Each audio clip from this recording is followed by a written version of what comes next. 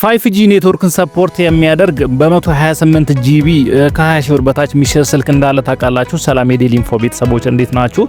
ዛሬም በአዲስ ቪዲዮ ተመልሻለሁ። በዛሬው ቪዲዮአችን ስልክ ሪቪው እናደርጋለን ወይም ስለ ስልክ የምንመለከትበትን ቪዲዮ ነው ይዤላችሁ የመጣሁት።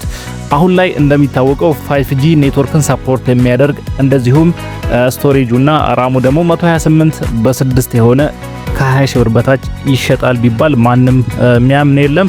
ምክንያቱም አብዛኞቹ 5G ኔትወርክን ሰፖርት የሚያደርጉና 128 GB ስቶሬጅ ያላቸው ስልኮች ከ20 ሺህ በላይ ነው እየተሸጡ ያሉት። ነገር ግን ብዙዎች የማታውቁትና ብዙ ሰውም መረጃው የሌለው አንድ ስልክ አለ። ይሄንን ስልክ እንመለከታለን።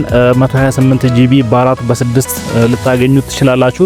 5G ኔትወርክን ሰፖርት የሚያደርግ ስልክ ነው። በትክክል 5G ኔትወርክን ሰፖርት ያደርጋል። ይሄንን ስልክ ሪቪው እናደርጋለን። አጠቃላይ ስለ ስልኩ እንደዚሁም ስፔኮቹን፣ ዋጋው፣ ትክክለኛ ዋጋው እስከ ስንት ነው የሚለውን ነገር ዲቴል እንመለከታለን። ቪዲዮን እስከ መጨረሻው ተከታተሉት። ቪዲዮን ላይክ፣ ሼር በማድረግ ጀምሩ። ለቻናሉ አዲስ ከሆናችሁ ደግሞ ቻናሉን ሰብስክራይብ በማድረግ ቤተሰብ ሁኑ። አሁን በቀጥታ ወደ ቪዲዮ አልፋለሁ። አስቀድመን የስልኩን ዲዛይን እንደዚሁም ባክ ፍሬሙ እንደዚሁም ሌሎች ቦዲዎቹ ከምን አይነት ማቴሪያል ተሰሩ የሚለው ጉዳይ ከማየት እንጀምራለን። ባክ ከቨሩን ስንመለከት ከፕላስቲክ ባክ ከቨር ነው የተሰራው። ባኩ የተሰራው ከፕላስቲክ ማቴሪያል ነው። ፍሬሙም በተመሳሳይ ሁኔታ ከፕላስቲክ ማቴሪያል ነው የተሰራው። ዌይቱን ስንመለከት የዚህ ስልክ ዌይት 191 ግራም ክብደት ያለው ስልክ ነው። የስልኩ አጠቃላይ ዲዛይን ይህን ይመስላል። አሁን ደግሞ ዲስፕሌይ ታይፑን እና እንደዚሁም ሳይዙን የዚህን ስልክ ዲስፕሌይ ታይፑን ስንመለከት LCD የተባለ ዲስፕሌይ ታይፕ ነው የሚጠቀመው። የዲስፕሌዩን ሳይዝ ስንመለከት 6.7 ኢንች HD ፕላስ የሆነ ስክሪን ነው የተገጠመለት ማለት ነው። ሪፍሬሽ ሬቱን ስንመለከት የዚህ ስልክ ሪፍሬሽ ሬት 90 ሄርትዝ ነው ፐር ሰከንድ ማለት ነው። ይህም ቆንጆ የሚባል ሪፍሬሽ ሬት ነው ያለው።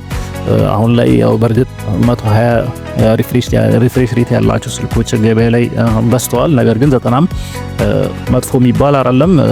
አሪፍ ሪፍሬሽ ሬት ነው ይዞ የመጣው። አሁን ደግሞ የዚህን ስልክ ፕሮሰሰር ታይፑን እንመልከት።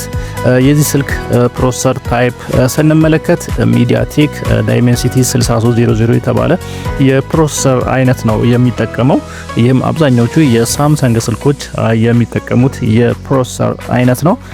አሁን ደግሞ ራሙንና እንደዚሁም ስቶሬጅ አማራጮቹን እንመለከታለን።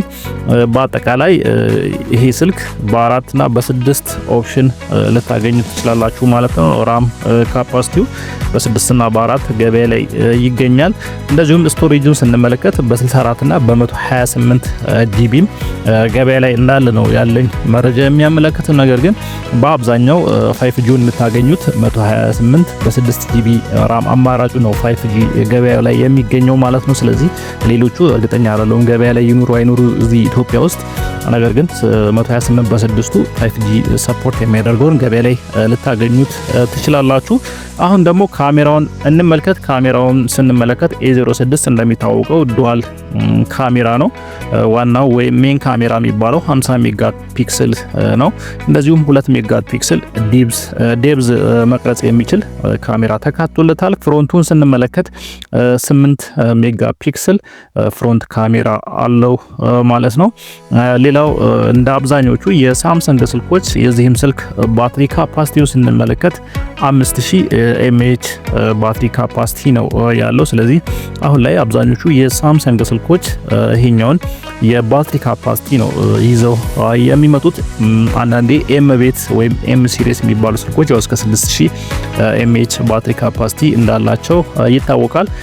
አብዛኞቹ ኤ ሲሪስ ስልኮች ግን 5000 mAh ባትሪ ካፓሲቲ ነው ይዘው የሚመጡት። ይሄ ስልክ እንደዚሁ 25 ዋት ሰፖርት የሚያደርግ ዋየርድ ቻርጂንግ ተካቶለታል ማለት ነው። ዋየርለስ ቻርጂንግን ሰፖርት አያደርግም ማለት ነው። በዚህ አጋጣሚ ለዛ ነው ዋየርድ ቻርጂንግ ተብሎ እየተገለጸ የሚገኘው ማለት ነው። አሁን ላይ እንደ አብዛኞቹ የሳምሰንግ ስልኮች ይሄም ስልክ በአጋጣሚ ውሃ ላይ ቢወድቅብን እንደዚሁም የተለያዩ አቧራ ብናኝ ነገሮች ስልኩ ላይ እንዳይገቡ መከላከል የሚችል ወይም ሬዚስት ማድረግ የሚችል IP54 የተባለ ይሄንን ሬዚስት የሚያደርግ ዲቫይስም ተካቶለታል ማለት ነው። ያ ማለት ስልካችን ከ1 ሜትር ርቀት ላይ ወደ ውሃ ቢወድቅብን ለ30 ደቂቃ ያክል ውሃ ሳይገባበት ይቆያል የሚል ነው መረጃው። ነገር ግን ይሄንን ተማምናችሁ ያን ነገር ማድረግ የለባችሁም። ነገር ግን በሳታስቡት እንደዚህ አይነት ነገር ቢያጋጥማችሁና ወዲያው ብታወጡት ስልካችሁ ላይ ውሃ ላይ ገባ ይችላል ማለት ነው። እንደዚሁም ሳይድ ማውንትድ የሆነ ፊንገርፕሪንት ስካነር ተገጥሞለታል ማለት ነው። ያ ፊንገርፕሪንት አለው። ፎርጂዎቹ እነሱም ፊንገርፕሪንት አላቸው። A06 A05 ነው ፊንገርፕሪንት የሌለው። ስለዚህ እንደ A06 ፎርጂዎቹ በተመሳሳይ ሁኔታ ሳይድ ማውንትድ የሆነ ፊንገርፕሪንት ተገጥሞለታል። ወይም ደግሞ በጎን በኩል ከኦን ኦፉ ጋር አንድ ላይ ፊንገርፕሪንቱን እዛ ታገኙታላችሁ ማለት ነው። በአጠቃላይ የስልኩ እንትን ይሄን ይመስላል።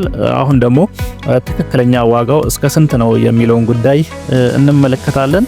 ይህ ስልክ ያው በአብዛኛው እስከ 18500 ብር ድረስ 5G ኔትወርክ ሰፖርት የሚያደርገው ማለት ነው እስከ 18500 ብር ድረስ እየተሸጠ ይገኛል ማለት ነው። ስለዚህ ፌር ወይም ተመጣጣኝ የሚባል ዋጋው ከ18000 እስከ 18500 ባለው ቆንጆ ዋጋ ነው ማለት ነው። ምክንያቱም አሁን ላይ 128 በ6 ሆኖ እንደዚሁም 5G ኔትወርክን ሰፖርት የሚያደርጉ ስልኮች እንደሚታወቀው ርካሽ የሚባለው M16 5G ነው። እስከ 24-25 ሺህ ብር ድረስ ነው የሚሸጠው።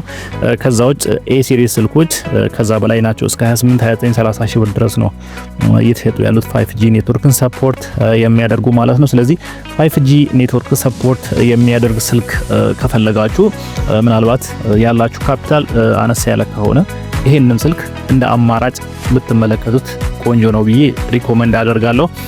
ከሞላ ጎደል አብዛኛው ነገር አሪፍ ነው ከዋጋውም አንፃር እንደዚሁም 5G ኔትወርክን ሰፖርት ከማድረጉ አንፃር ፌር የሆነ ቆንጆ የሆነ ስፔክ ነው ይዞ የመጣው ማለት ነው። ስለዚህ ይህን ስልክ እንደ አማራጭ መጠቀም ትችላላችሁ ማለት ነው።